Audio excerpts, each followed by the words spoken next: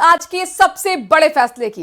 Cabinet बैठक में कई अहम फैसलों को मंजूरी मिल गई है। राजस्व पंचायती राज अधिनियम विधेयक लाने पर फैसला लिया गया है। अब 2 संतान से ज्यादा होने पर भी चुनाव लड़ पाएंगे। अजमेर में आयुर्वेद नेचुरोथेरेपी विश्वविद्यालय विधेयक को भी मंजूरी मिल गई है। प्रदेश में मेडिकल टूरिज्म को बढ़ावा देना लक्ष्य है। तो सभी की निगाह आज कैबिनेट की बैठक पर टिकी हुई थी। कई महत्वपूर्ण फैसले लिए गए हैं। 10 बड़ी बातें कैबिनेट की दर्शकों को न्यूज 18 राजस्थान बता रहा है। वो बड़े फैसले जो साही तौर पर राजस्थान के विकास को आगे बढ़ाएंगे और साथ ही ये कुछ ऐसे फैसले भी हैं जो आने वाले निकाय और पंचायत चुनाव पर भी असर डालेंगे। इसमें सबसे बड़ा फैसला यही है कि 2 बच्चों की जो बाध्यता थी चुनाव में उसको खत्म कर दिया गया है। अब होगा ये कि यहां से प्रस्ताव को मंजूरी, बिल को मंजूरी मिलने के बाद मौजूदा जो सत्र चल रहा है यानी सदन के अंदर इस विधेयक को पास कराया जाएगा और एक बड़ा संशोधन कानून में हो पाएगा। 20 साल बाद आखिरकार कानून बदलेगा। तो भजनलाल कैबिनेट ने 1995 से लागू 2 से ज्यादा संतान वालों पर निकाय और पंचायती राज चुनाव लड़ने की पाबंदी हटाने के लिए संशोधन बिलों को मंजूरी दे दी है। अब राजस्थान में 2 से ज्यादा संतान वाले व्यक्ति भी पंचायती राज और शहरी निकाय चुनाव लड़ सकेंगे। ये खास रिपोर्ट आप देखिए और समझिए।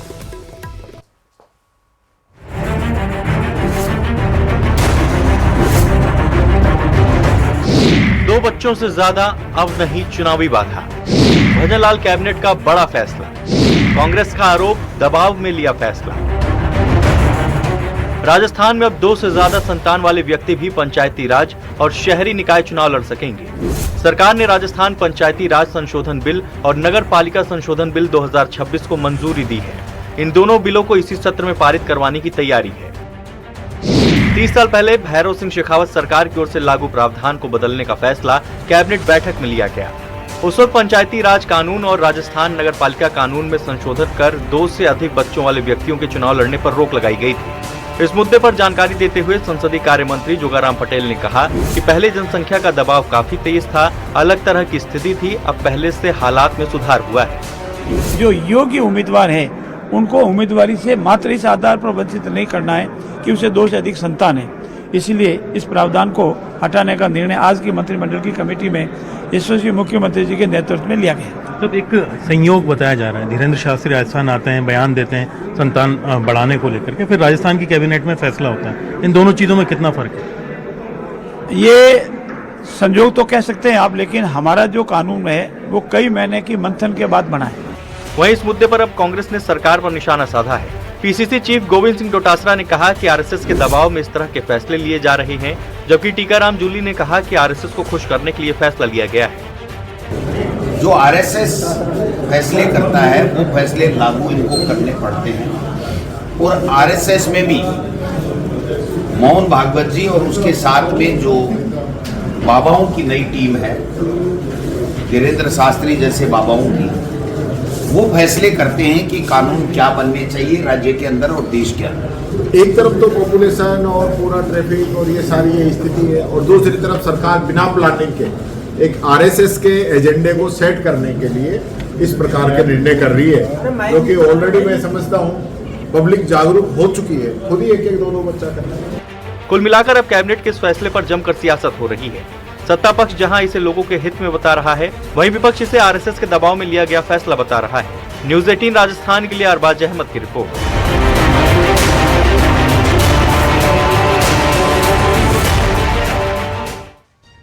और मारू राजस्थान में वक्त हो गया इस वक्त की ब्रेकिंग न्यूज का। चित्तौड़गढ़ से बड़ी खबर आपको बताते हैं। मंगलवार थाना क्षेत्र में भीषण सड़क हादसा हो गया है। कार डिवाइडर पर चढ़कर रॉन्ग साइड पहुंच गई और सामने से आ रहे ट्रक से भिड़ंत हो गई। हादसे में ट्रक भी पलट गया। ऐसे में कार सवार 3 लोग घायल हुए हैं, जिनमें 2 की स्थिति गंभीर है। उपचार के बाद उन्हें उदयपुर रेफर करना पड़ा है।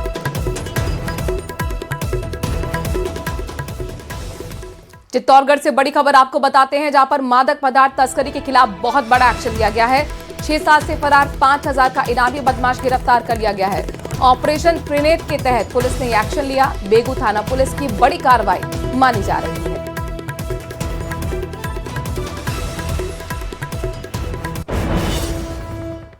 वहीं सदन में शून्यकाल के दौरान विलायती बबूल की समस्या का मामला उठा। बीजेपी विधायक लादू लाल पितलिया ने शून्यकाल में यह मामला उठाते हुए कहा कि विलायती बबूल से जमीन खराब हो रही है, इस पर नियंत्रण के लिए कदम उठाएं। इस दौरान पंचायती राज मंत्री मदन दिलावर ने इसके जवाब में कहा कि विलायती बबूल से आसपास की सारी जमीन जहरीली हो गई। ये रोज 30 लीटर पानी रोज सोखता है। इसके कारण वाटर लेवल भी निरंतर नीचे गिर रहा है। इसकी वजह से राजस्थान में 500 वनस्पतियां विलुप्त हो गई हैं। ये बहुत ही खतरनाक और सबके लिए नुकसानदेह है। इसको लोग कांग्रेस बबूल भी कहते हैं, क्योंकि ये कांग्रेस के द्वारा लगाया गया था। अब राजस्थान सरकार इस पर विचार कर रही है कि इस बबूल को समूल नष्ट कैसे किया जाए।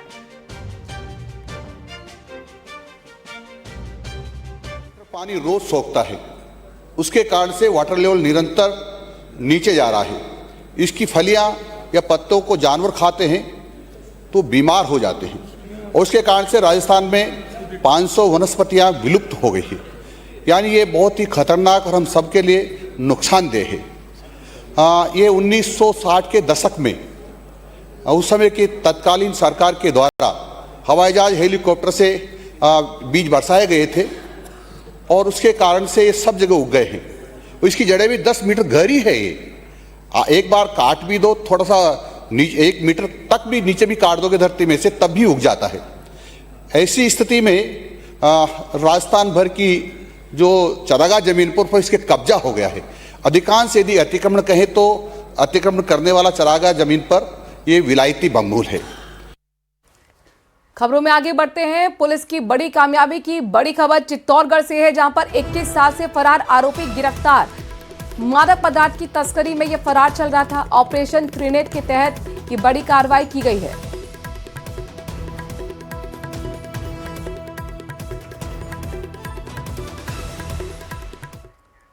आपको बताते हैं कि विधानसभा के बजट सत्र के दौरान आज क्या कुछ हुआ है। दरअसल प्रश्नकाल में उद्योग, आयुर्वेद, जल आपूर्ति और नर्मदा नहर परियोजना से जुड़े मुद्दों पर सरकार और विपक्ष के बीच तीखी बहस देखने को मिली। विभिन्न विधायकों ने अपने अपने क्षेत्रों से जुड़े सवाल उठाए, जिन पर संबंधित मंत्रियों ने जवाब दिए। उद्यमियों को उद्योग देने के लिए, सहायता देने के लिए सवाल पर संतुष्टिपूर्ण जवाब नहीं मिलने पर मंत्री राज्यवर्धन सिंह राठौर और नेता प्रतिपक्ष में हल्की बहस भी हुई। ये रिपोर्ट देखें। अंतर्राष्ट्रीय आयोजनों में भाग लेने पर व्यय का 75% अथवा अधिकतम 3 लाख रुपए। तो व्यय का 75% तो लगता है कि ठीक है, लेकिन अधिकतम 3 लाख रुपए की जो ये कैप है, सीमा है, मुझे लगता है कि उसको हटाया जाना चाहिए, ताकि अधिकतम लोगों को, नए एंटरप्रेन्योर को हम लाभ दे सकें, उनको मोटिवेट कर सकें। अजमेर दक्षिण से विधायक अनीता भदेल ने पिछले बजट में उद्यमियों को विदेशी बाजार में व्यापार सहायता के लिए घोषित 30 करोड़ रुपए के प्रावधान पर सवाल उठाया। उन्होंने पूछा कि अब तक कितने उद्यमियों को कितनी राशि वितरित की गई है और एमएसएमई पॉलिसी 2024 के तहत कितनी फर्म्स ने आवेदन किया।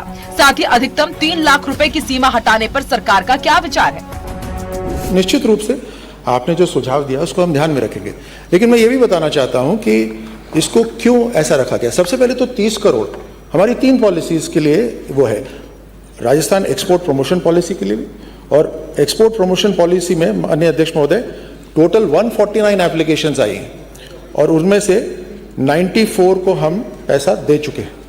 उसी तरह राजस्थान 1 डिस्ट्रिक्ट 1 पॉलिसी के अंदर 351 एप्लीकेशंस आई हैं और उसमें से हम 234 को पैसा दे चुके हैं, 306 सैंक्शन हो चुके हैं। उद्योग मंत्री राज्यवर्धन सिंह राठौर ने कहा कि नीति दिसंबर 2024 में शुरू हुई है, इसलिए खर्च धीरे धीरे बढ़ेगा।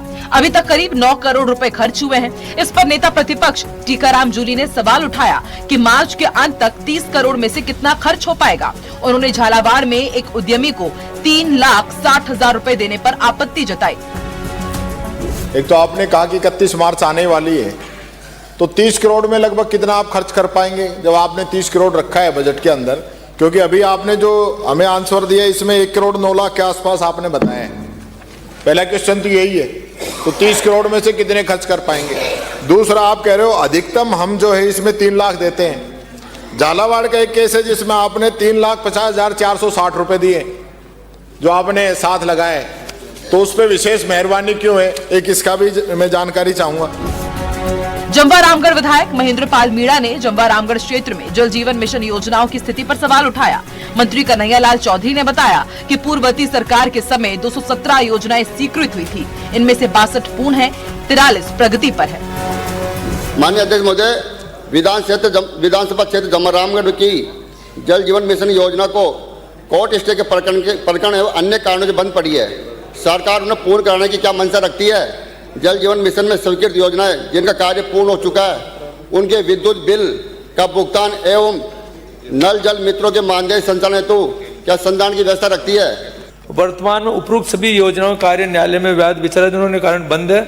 10 योजनाओं का कार्य बौद्धिक रूप से पूर्ण जनता को पेयजल से लाभान्वित किया जा रहा है। शेष 58 योजनाओं में 68 गाँव का कार्य अपूर्ण है।